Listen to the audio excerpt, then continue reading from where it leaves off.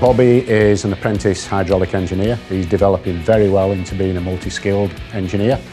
He works with a range of internal customers on the shop floor, in the test areas, the design office, the stores, and all the relevant departments inside, in addition to working on customer sites as well. So he's developing exceptional relationships with all colleagues, and he's very, very highly thought of by all his colleagues and by customers alike. For my future, I hope to move into multi-skilled engineering, so I work with electrical bias as well as mechanical. And I hope to do this by moving on to HNC at MRC Training Centre and just really moving up the education ladder as much as possible. Josh has worked his way up from being a maintenance apprentice. He's worked his way up into his boat design, which is the design to order work. So it's a lot of custom fitting and electrical work. He's an attentive person, he's worked his way up well and he fits well within the team. He listens well, and in the future he can either go on to becoming a commissioned engineer or he can keep working in the design to order work, which is good for his background.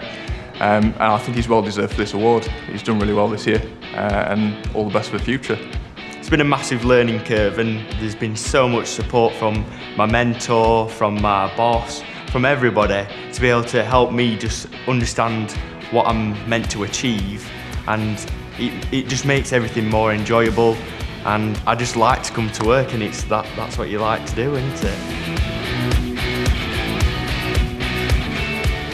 Mary generally fitted into maintenance from the beginning. As a girl coming into a really male-dominated environment, she's settled in very well, and all the people around her know that she's well capable of doing what she does. For the future, basically, I'd like her to be running the department. She's got all different directions she can go to from what she's doing now on the firm. I work on a lot of the breakdowns, which are from the machinery from the 1940s. It's lots of problem solving, getting your hands dirty all the time. I created a preventative planned maintenance system.